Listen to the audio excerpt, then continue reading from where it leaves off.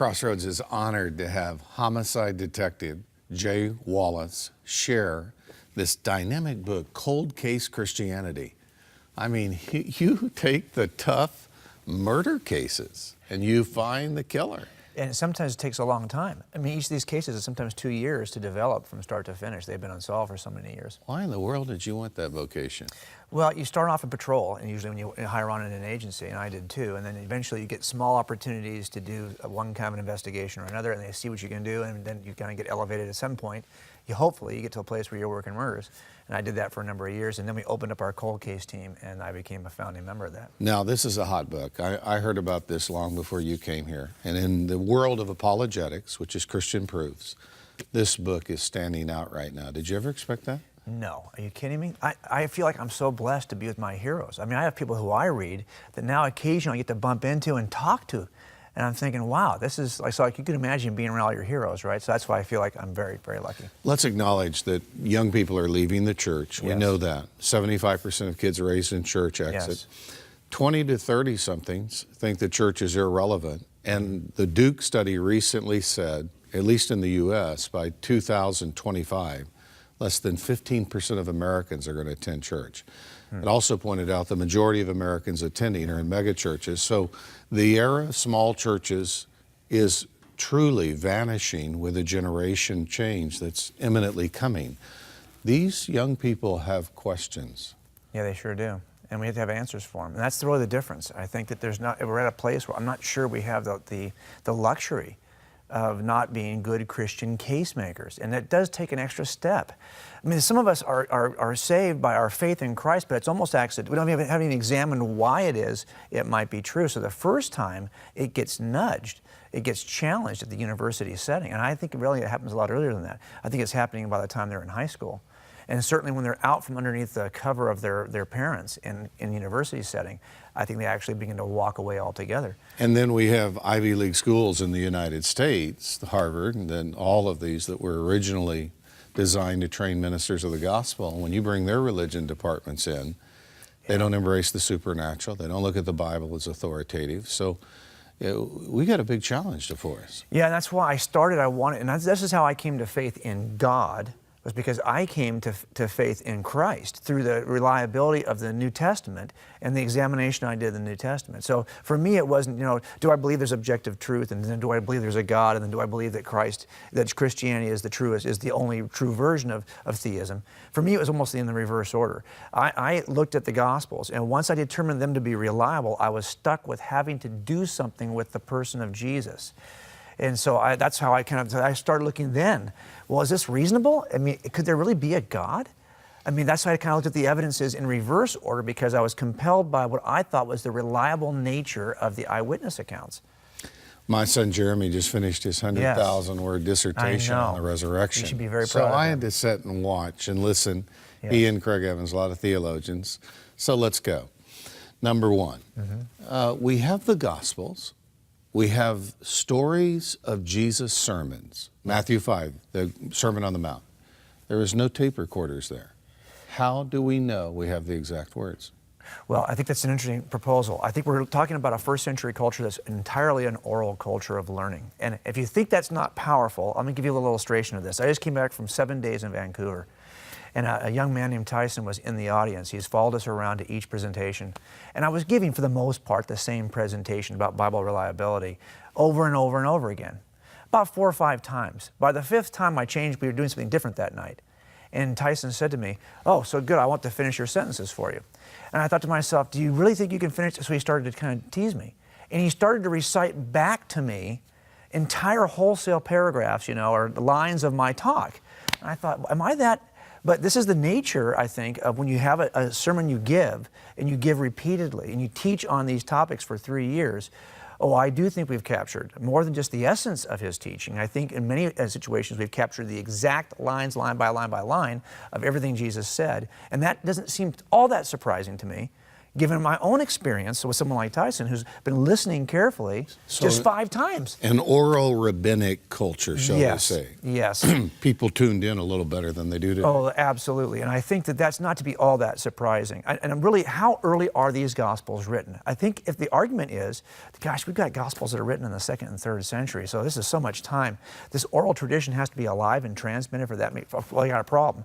But that's not what I think is actually the case. I think there's a very good circumstantial case to be built for the early dating of the Gospels, and I try to make that case in the book, that puts the writers in the right place to be present at the time as eyewitnesses. Doesn't mean they're telling us the truth. They could be lying, but they're present early. Then we use other techniques for reliability to determine if they're telling us the truth. Okay, here's another one. All right. The Gospels became very commercialized. Jesus became a commercialized industry quickly. Gospel of Judas, Gospel of Peter, Gospel of Mary, a lot of apocryphal Gospels. Mm-hmm. Why the 4 Gospels, Matthew, Mark, Luke, John? The authors never put their names on them.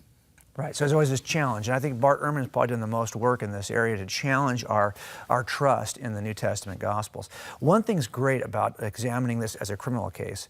If I'm curious about whether or not a piece of evidence is at the crime scene that is being presented in court years later, how do I know it wasn't dropped in a property somewhere in the middle? How do I know it's actually there from the scene of the crime? Well, I look at the chain of custody, and I ask myself, did anyone take a picture of it? And then another person passed it on and examined it, took another picture and passed it on, took another picture and passed it on. I can look at that chain of custody. It turns out we can do the same thing with the Gospels. You can look at John's Gospel and take a look at the very first Polaroid taken in history, which is taken by Ignatius and Papias and Polycarp. Polycarp and Ignatius, we still have their writings. Right. We can see, what did John teach them? What does Jesus look like for Ignatius and Polycarp, just one generation removed, and see if that picture matches. Then we can find their student, Irenaeus. Does the picture match? His student, Hippolytus. Does the picture match? And we keep on going through history, looking at the Polaroid of Jesus to see, is the guy who's in the Council of Laodicea in 363, where they first canonized the 27 books of the New Testament, is that version of Jesus the same guy we have a snapshot of over here all through the centuries? And as it turns out, Jesus doesn't change for us. He's not a legend growing over time. He's the same Jesus all the way along. So why the bias toward ancient history? Homer's Iliad, everybody accepts. We accept Julius Caesar. We accept, so many of these figures.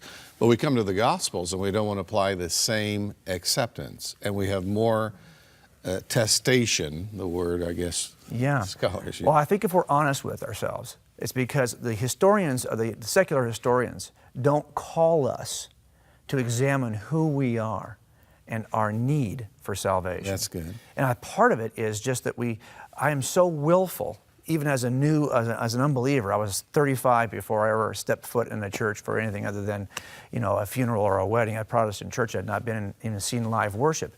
And I can tell you that I had a willful desire to live my own life. You're not going to tell me anything new at 35. I thought I knew everything. And I was a police officer on top of it all, and cops are good at this.